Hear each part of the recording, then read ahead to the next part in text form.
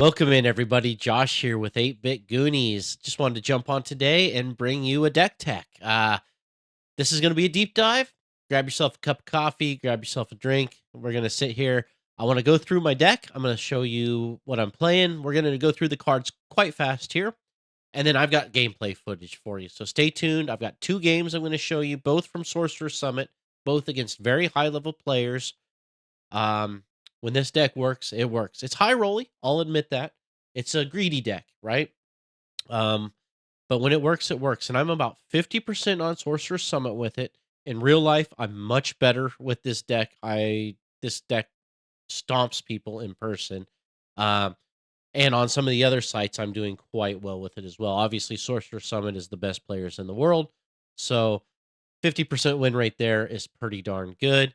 Um, I have dropped down the ranks a little bit in Sorcerer Summit. I've been playing a lot of different decks, experimenting. I noticed a lot of people are doing that at the moment as well, so it's fun. So let's jump right into it.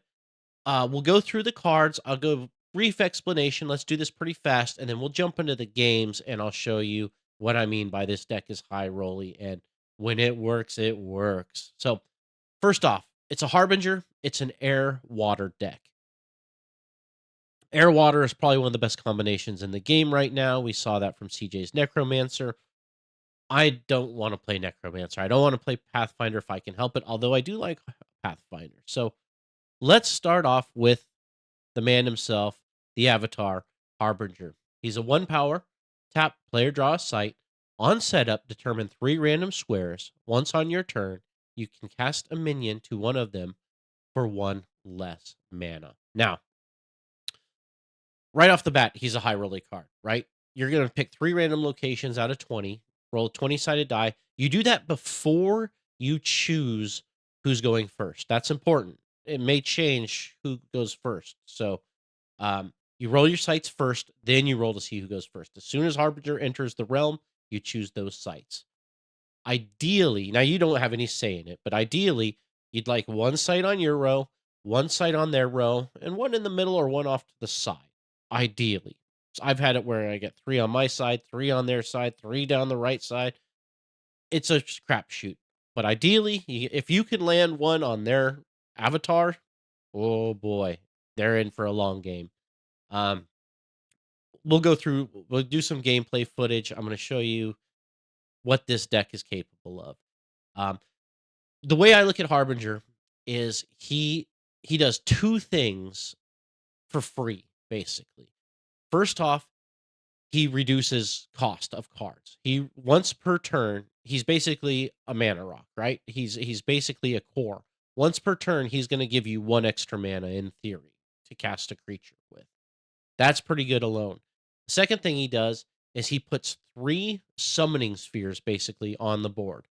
Yeah, if there's not a site there, you can't cast all your creatures to that site, but it's basically giving you 3 summoning spheres around the board at random. Those cost 2 mana apiece if you were to just cast a summoning sphere. Granted, those give you 4 locations. This only gives you the 1. But still, very, very high value, I feel, in Harbinger. The 1 ore in the deck is Atlantean Fate. It needs no explanation. It's a removal spell. It floods their stuff out if they're playing anything but water. It's just a great card. I've played it on my sites to wipe out all their attacking creatures. Um, we don't need to go into Atlantean Fate. Kythera Mechanism. Now, we run 2 1-drop. We run the ring, of course. Kythera Mechanism, though, is awesome in this deck. Bearer's controller determines all random outcomes. We do run some randomness in this deck. I actually took out Chaos Wish. It was just too cute, I think. But Kythera Mechanism, we'll get to the cards here in a minute. When it works, it works. And it's only 1 mana, and we run Highland Princess, so we got a second chance to get it. If you can get a Kythera Mechanism, a Ring of Morgan, or a Highland Princess in your opening hand, you're doing pretty damn good. All right. I do run 4 Waters of Paradise. We do run some big creatures in this game. 4 Waters lets us get out creatures early, and that is so advantageous. If you can get a Doom of Dilmun out on turn like 4, using the four waters or even turn 3 in theory, that's a long game for them.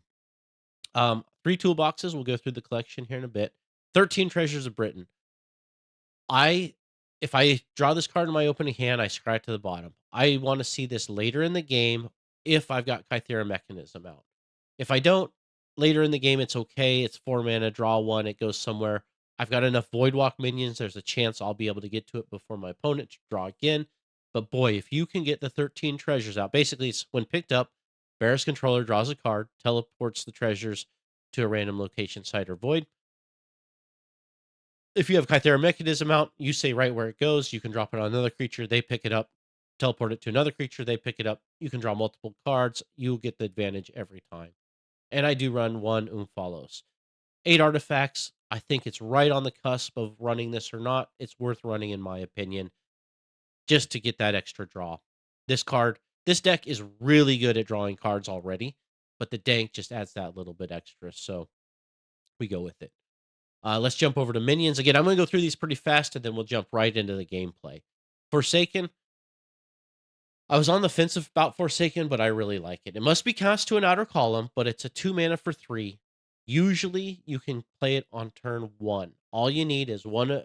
There's a 40% chance, right? There's 20. There's 4, 8. Yeah, 40% chance that you're going to have one of the outer columns have at least one square. Actually,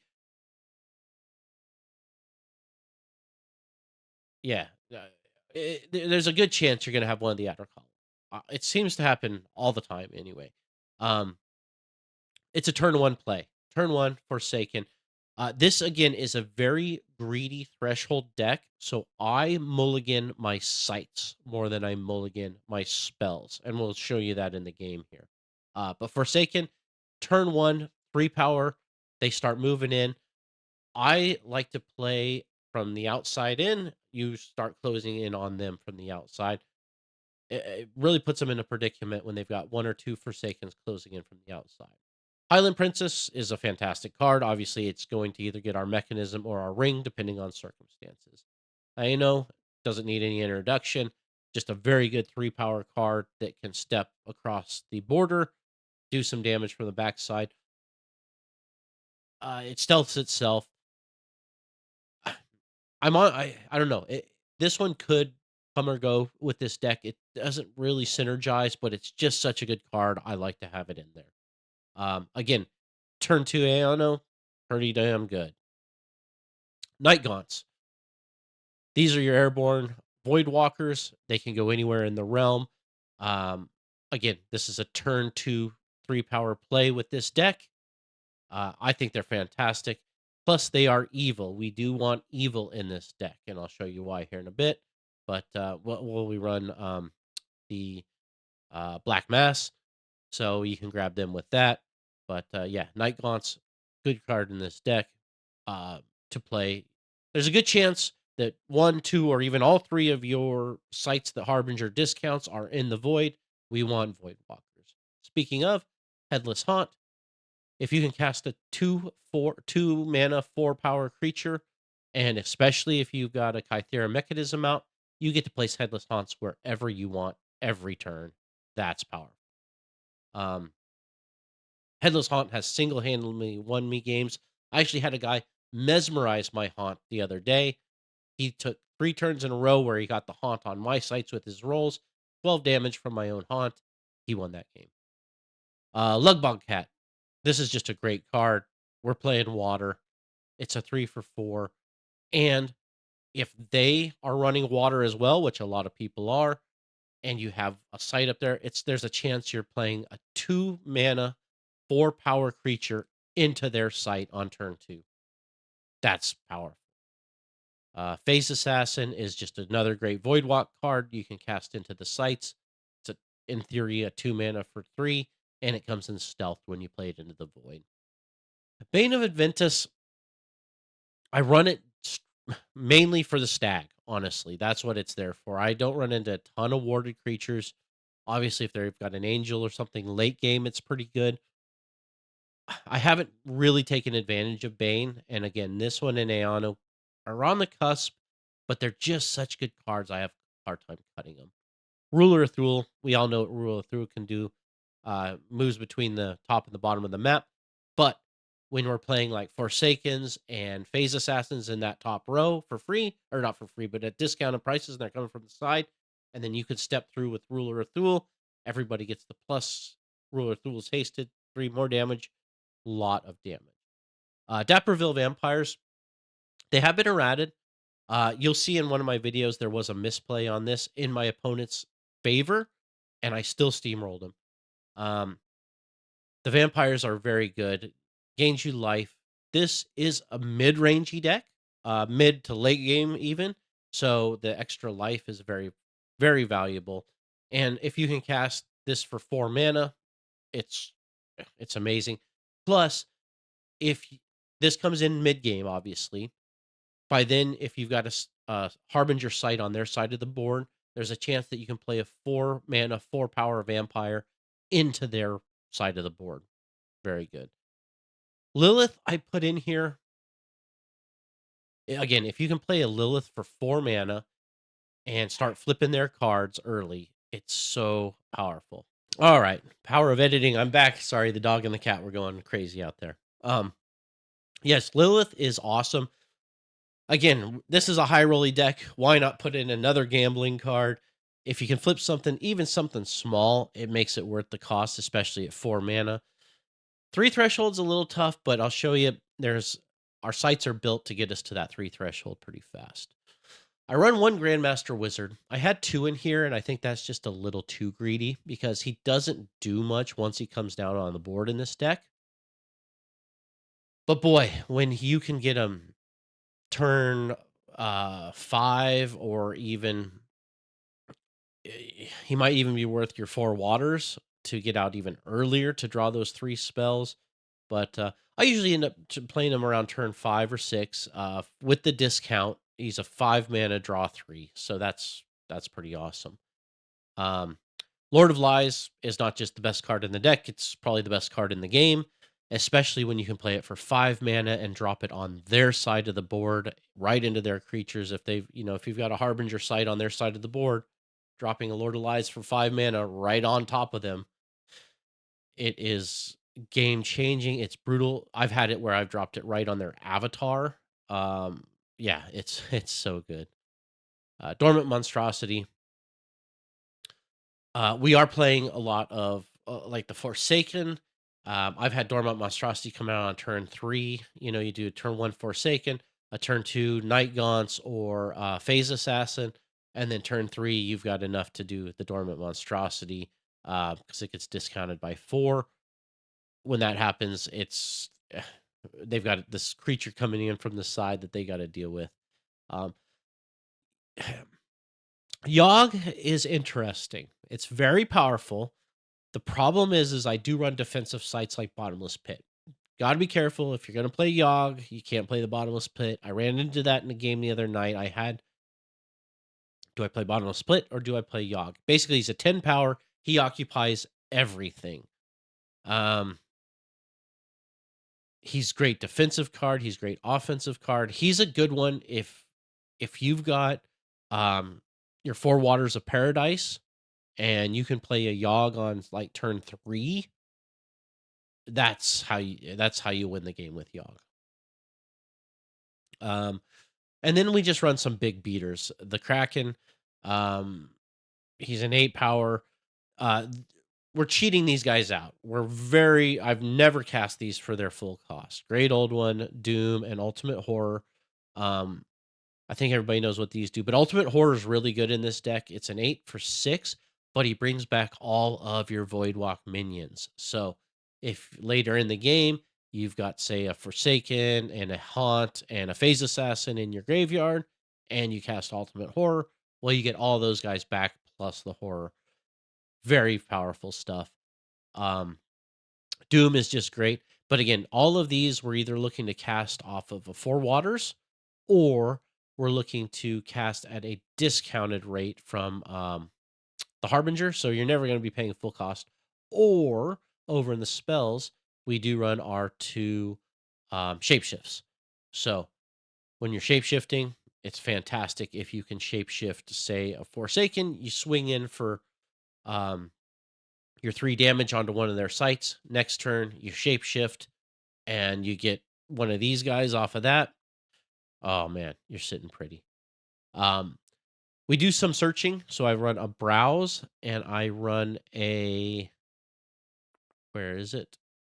Black Mass. So browse and Black Mass, you look at the top 7 cards of your deck. Black Mass, you can put 3 evil creatures in there. We're running mostly evil creatures. Only once have I not gotten all 3. For the most part, you're going to get 3 cards, usually 3, sometimes 2, very rarely 1. In fact, one of the games I will show you, got 1. I still was able to win the game. Um, Black Mass is very, very powerful in this deck. Browse lets you go get any card from the top 7. It's very dependent on your situation. Plague of Frogs, this is a mid-rangey deck. It's defensive. If you can get Plague of Frogs out on turn 2 or 3, it's great. I just drop them on my side of the board. They sit back. It's good for the shapeshift, but it's also good just as a defensive mechanism. Cast into Exile. I like this card as removal. It doesn't get the play that it should, I think. I only run 2 of them. Shuffle target minion occupying an allied site into its owner's spellbook. Um, it can target anything on your side of the board, and it's a removal spell. It shuffles it into their deck. They have to then again draw it. We know in sorcery you don't see your whole deck. So usually once you cast into exile, you do not see that card again. I absolutely love cast into exile. I do run 2 swaps. They're great to just grab an artifact or get one of your creatures in. Obviously, you can't swap between void and the surface, so I only run 2, but it's great to pull the ring away from somebody or an arbalist away from a persecutor or something like that. Um, I do run 2 into the abyss as another removal spell. We're playing a lot of void stuff, so it's nice to drop stuff into the void. It's just a 4 mana removal. We've got water as well, so we can. Oh no, this isn't the one for water, but yeah, no, it is submerge. Yeah, so you can submerge on your side or pull into the void. It's just a great removal spell for 4. Basically, gets rid of most things.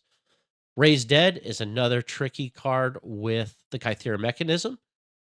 It can be played without it, but it is just summon a random dead minion.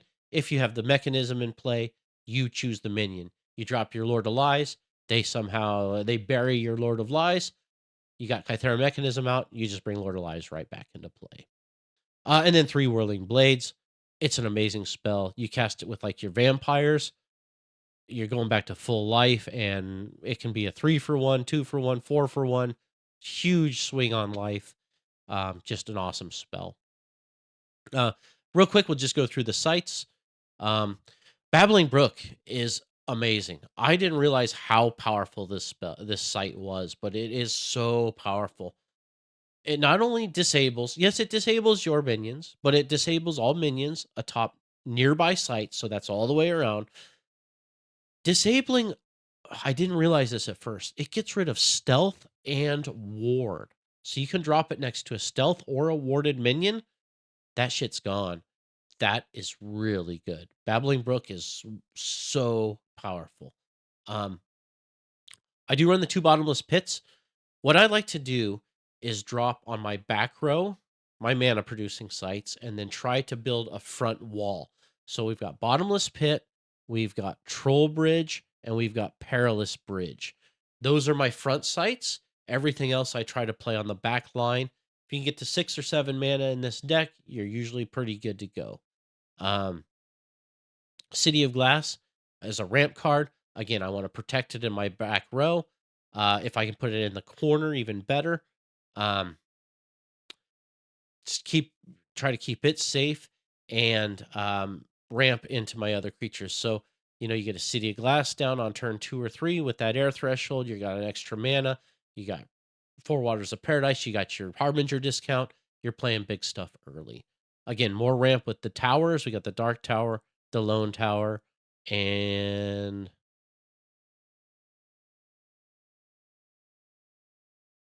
oh, I guess that's it in this deck for the towers. Might have to revisit that. Deep Sea for the threshold. Joyous Guard just because I use it for I don't run any fire, but it's good for the threshold fixing. Three lighthouses, of course. The three mountain peaks to give us our air threshold. I like Observatory. I like being able to scry those three cards, or not really scry, but look at the top three, reorder them, get you to what you need faster. Perilous Bridge, again, defensive. River Rapids, I just have the one in there. I use River Rapids and Wuthering Heights. Those are cards I will play on my front line as well to either speed up my minions getting across. If I have my Harbinger sites on the back row, it helps get stuff out. Or I'll play it on my Harbinger site if they're, say, in the back row. That way I can cast something there and immediately get it to step forward. Thin Ice, another frontline card. Put that out front. It discourages people from entering. Tintingale, obviously for the mana fixing. Trollbridge and Wuthering Heights. So that's it. Quick look at the collection. It's exactly what you'd expect from this deck. Zap, Disenchant. I do run a Gift to the Raven as a cantrip, or if I need to gain life. It's not the worst card if you're in trouble to slap onto Lord of Lies, something like that, or if you're really low on life and you slap it on a great old one, you got draw a card and 16 life gain. Pretty good. Lightning bolts, magic missiles. I do run a sleep. Sleep is very good. Sleep is slept on. Pardon the pun. It just shuts down a minion.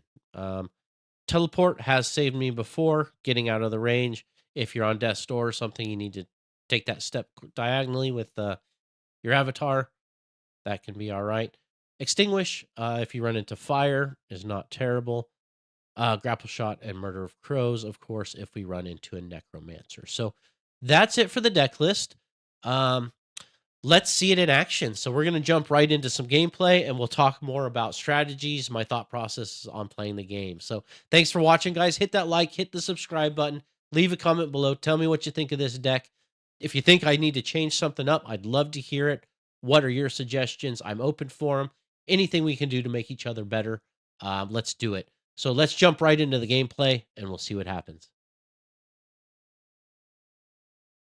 All right, so here we are. We are just going to do one game on this video.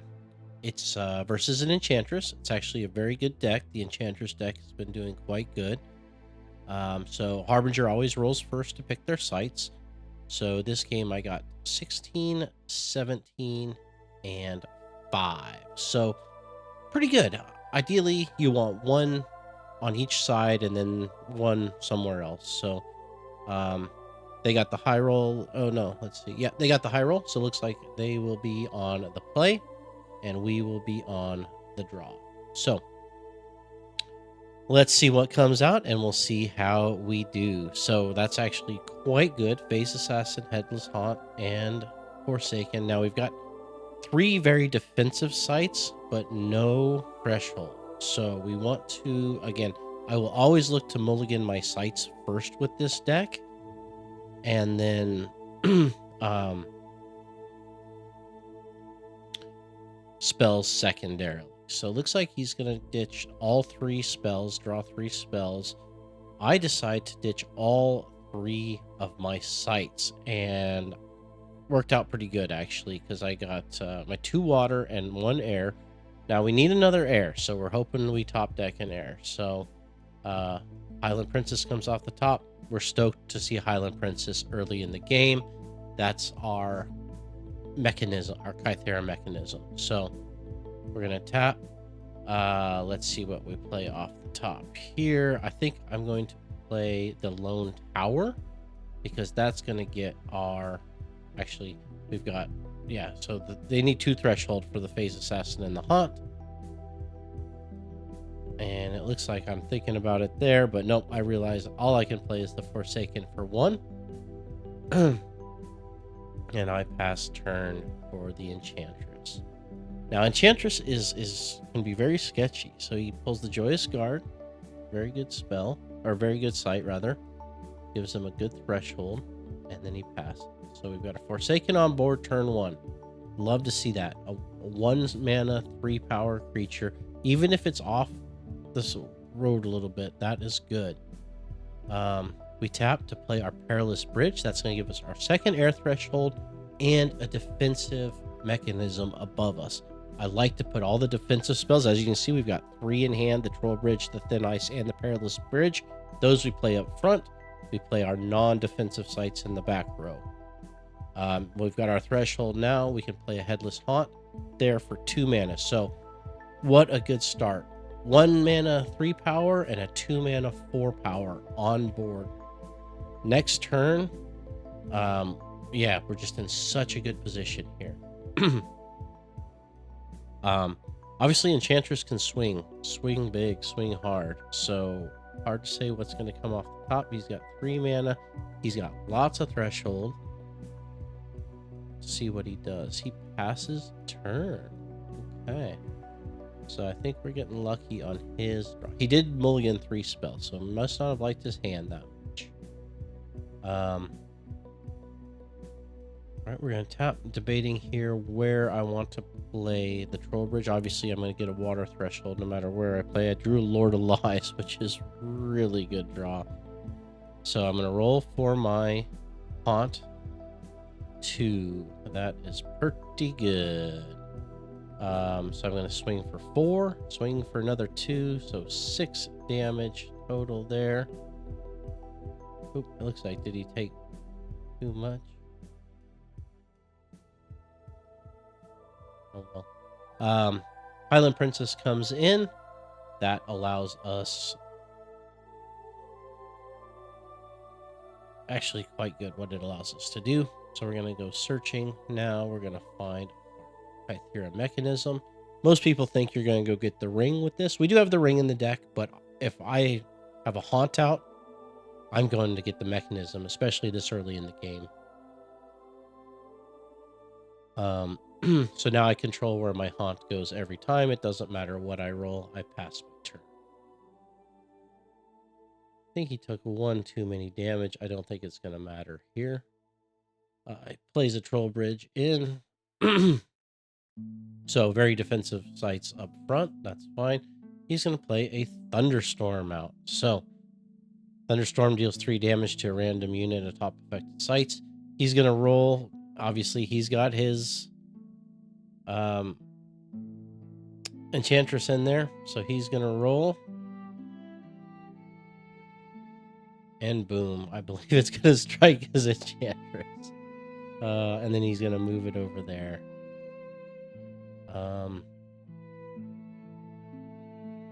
Brutal.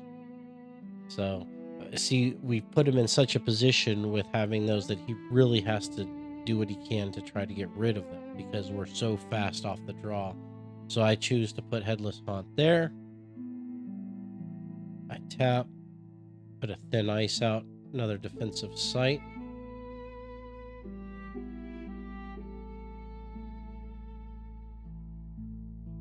I step to swing another 7 damage. No, he took the right amount. That's 7 damage. That is 7 damage. I was thinking, yeah.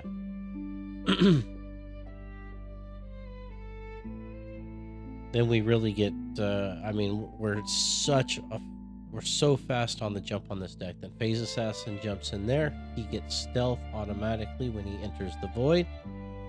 Another powerful card in this deck. And we pass turn.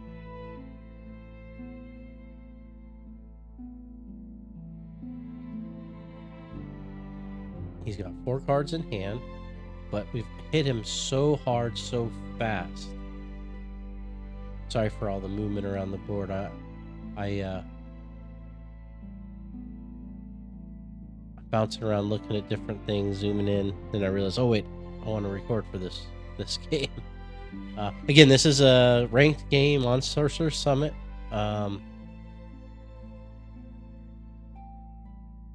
Sorcerer Summit.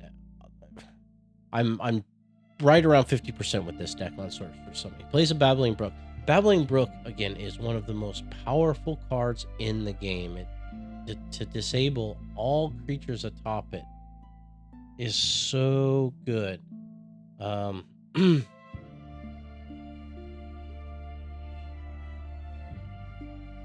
Plays in a vampire there. Or did he not?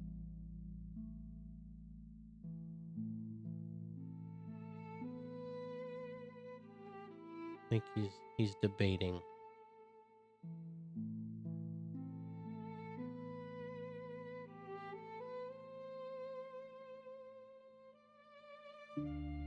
Yeah, Babbling Brook is so powerful.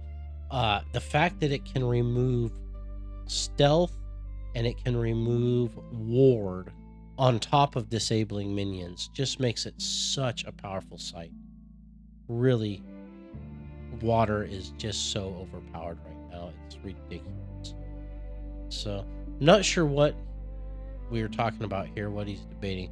I think he was waiting. Yeah, I think he's going to roll for, again, he didn't activate his Thunderstorm into a creature because he wants to not have it disabled from the Babbling Brook. He's going to put a vampire in there, and then he's going to take the gamble on it hitting my Forsaken again. See where he puts it. He puts it on top of the Babbling Brook. Obviously, that is also disabled until his next turn. But it doesn't really matter because it disabled all creatures on the board. That did this time hit my Forsaken, so he had a, a 1 in 3 chance. But he got lucky. That's fine. Thunderstorm stays active for another turn.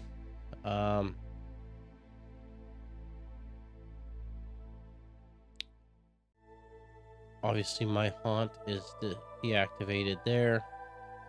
He's gonna move his Thunderstorm over.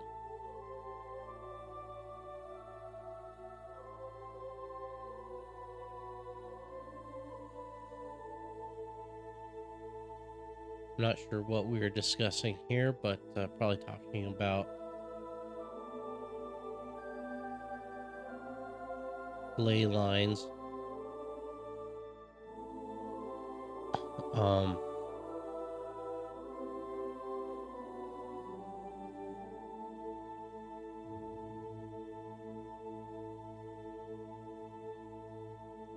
So I move my Haunt over there because it can't attack into Babbling Brook this turn. However, disabled does not stop teleportation. I believe that's what we ruled there. So because it's teleporting and it's a mandatory, Babbling Brook does not disable that. I'll double check that the way it plays, but I don't think it really doesn't matter. But we also played it where I couldn't attack into any of his sites because they are all under Babbling Brook's effect. Again, such a powerful card. So I drew my Dormant Monstrosity and I tapped and drew an Observatory. So I've just got more juice on deck. I'll be able to play the Dormant Monstrosity for, what is it? 7, 6, 5, 4, 3. For 2 mana, I get to play out a Dormant Monstrosity. So good. That is so good. Now, obviously, I can't attack anywhere there because of circumstances. Now, I believe we do misplay Dapperville Vampires, and then this next turn, I pass to him. Obviously, Babbling Brook is no longer in effect, so he can attack with it. Airborne. Now, Dapperville Vampire has been errated and changed a little bit, so it no longer gains you life when it strikes sites. I think we're both unaware, so I believe he's going to strike me here with it, and I'm not going to defend. He asked me why I don't watch it play out here, but I'll tell you what my thinking process is here in a moment. I'm going to tap to draw a site. Through a spell.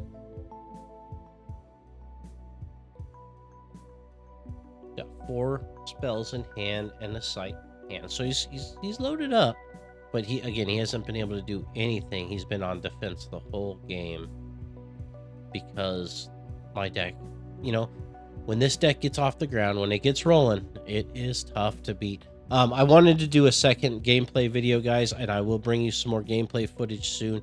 I just wanted to get this video up, and these take a little bit of time to edit and put together, so sorry I only have the 1 game recorded. But I'll record some more games, and we'll do some more gameplay footage soon. Hopefully some in-person gameplay footage soon as well coming your way. Um,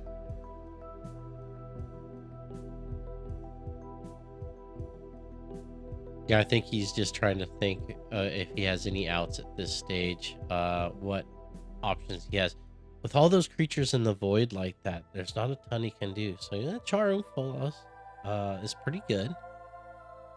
It's a little late in the game for that. Um, you hate to be playing Oomps. You know, they're some of the best cards in the game early game. Late game, they're a little slow because they come down, they're 4 mana, and they don't do anything that turn. They literally just sit there. They're great card draw for your next turn, sure. But it's basically taking a turn off to draw a card. You really need to have them in play for 2 or 3 turns for them to be effective.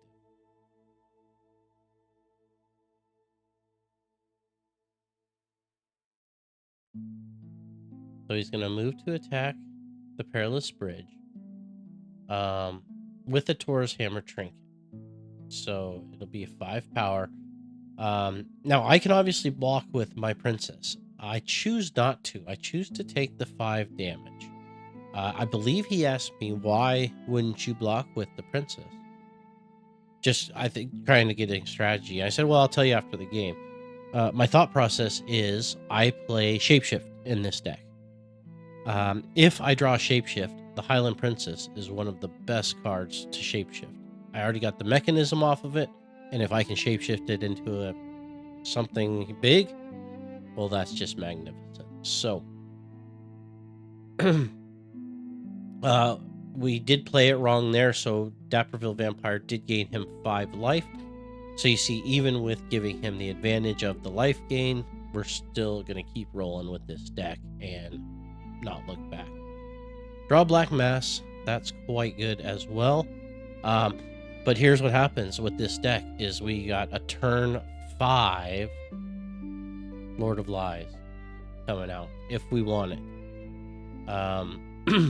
Obviously, it has to be played into one of our sites. It can't just be dropped anywhere. So I'm going to play that there. Observatory lets us see, and look, there's that shapeshift. So now I know I've got a shapeshift coming, so I leave that on top of my deck.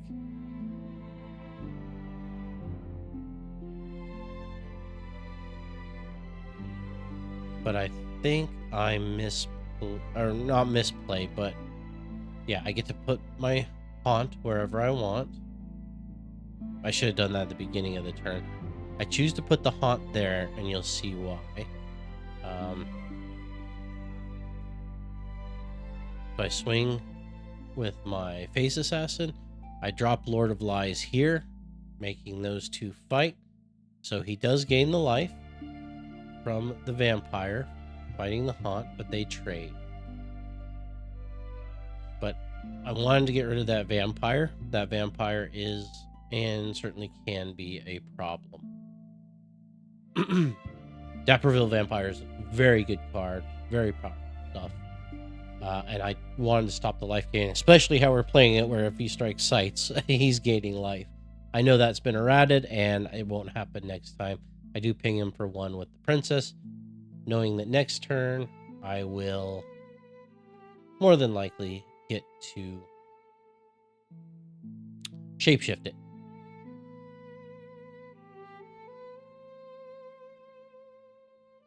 Gonna play Oasis under my monstrosity, which is interesting, and then he's gonna Call the Sea, which is actually a very good spell, right? So he's gonna pull in my Phase Assassin, pull in the Dormant Monstrosity, and drown them both.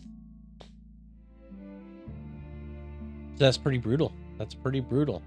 At this stage, it's like, boy, he's gained some life back. He's got a couple spells on his follows.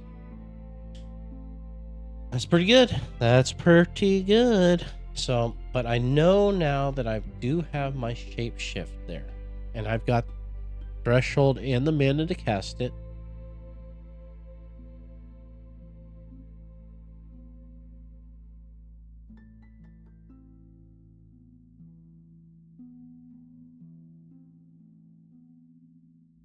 So we cast it and we see what we flip. Now she is untapped, so whatever shape shifts into, I will be able to attack with. Not the best, right? Not terrible, but not the best. I got a choice: the Night Gaunts, the Headless Haunt, or the Grandmaster Wizard. So I choose the Headless Haunt because I have the Kythera mechanism in play. Again, so powerful that I get to move that wherever I want at the start of every turn.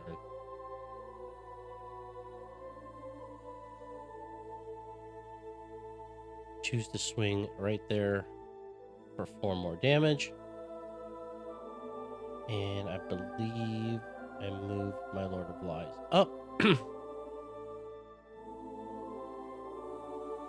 And I pass turn. I decided, yeah, I still have my Harbinger untapped, so I tapped to draw. Got Manor at Dapperville Hill. Pretty cool. And that will give me the air threshold to put it online, so anything on top of it takes 3 damage, and I gain 3 life once per turn. So now he's got a few spells out there with the Char. Yeah, tap to draw a sight. He's also ahead in mana at this stage because I have chose to draw spells as opposed to sights. So he plays a Sacred Stag, which is a very good card. You know that water is tough. So this isn't a Water Enchantress deck. It's a very good deck. I'm looking in my graveyard because I have that Raised Dead. And with Kythera mechanism on board, I get to choose what it goes against from either graveyard. So again, when it works, it works. This deck is really tough. Actually, it looks like he chose to pull the Stag back. I'm not sure. Let's see what he decides to do here. He's got his Follows cards as well. Now, mind you, Follows can only cast the colors it's in, right? So, what is Char? Char is fire, and I just grab my binder real fast. Char is fire and air, so it can't cast water. So that's another downside to running an Follows in a multicolor deck where you're running a lot of water spells. So he's going to put the Stag out with the ward.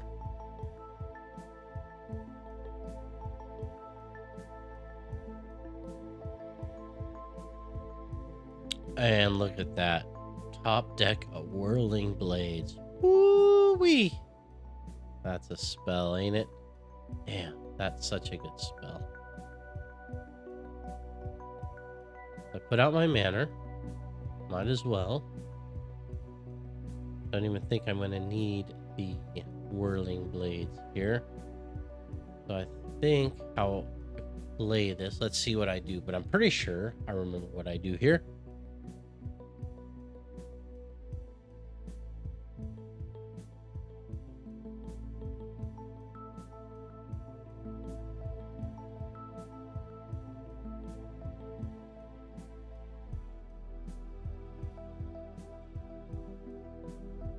He's going to draw his Follows. He forgot to do that. Oh, okay. I put my Haunt over there. Interesting. I didn't realize I did that.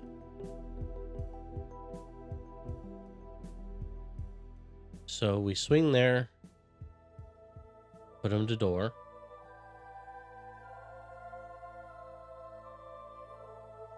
I think I'm saving my Whirling Blades for the final blow. See that Haunt being able to put wherever you want. 4 damage every turn from that is brutal. I had a guy mesmerize my Haunt the other night, and he rolled to where he got it on my side every turn. My own Haunt did 12 damage to me, and I lost the game. That Haunt is actually very powerful. And to get it out on turn 2 after turn 1, 3 power. Again, when this deck works, it really works. Lord of Lies, everybody knows it's one of the best cards in the game, if not the best card. The fact that it can have avatars fight itself Um,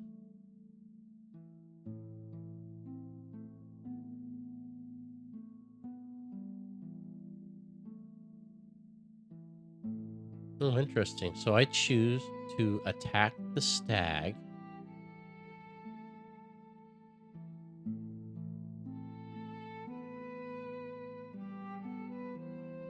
Nope, I'm not going to save it. I cast Whirling Blades there. And I believe I have my Lord of Lies step right over. Yep, boom, boom. That kills the stag. And puts me right on top of him with 2 creatures as needed. Plus, I have Black Mass in hand to go get whatever I need as well. Well, evil creatures, obviously, but Black Mass is a very good card. I run mostly evil creatures, so that gives me lots of stuff to grab. He plays an observatory, looking to see if he can pop anything. I don't think it matters at this stage. He's seeing as he follows. I don't think he has an answer. So basically, we're so aggressive with this deck, so fast with this deck, that he was only able to cast 1 aura.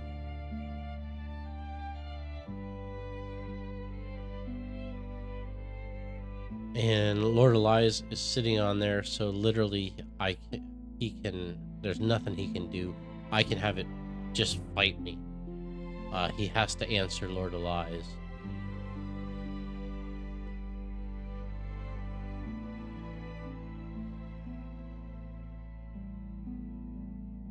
Yeah, he's got a Green Knight under that Char Influence, but he can't cast it.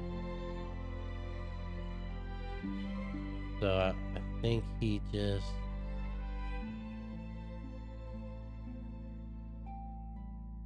I think that's it. I think there's nothing he can do at this stage. So I think he just concedes. GG. He has no answer for Lord of Lies sitting there. Plus, I could drop the Haunt on him.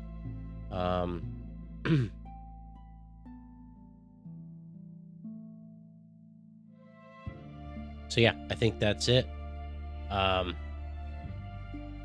yeah, that's the power of this deck, guys. I hope you enjoyed the video, and look for more gameplay coming soon.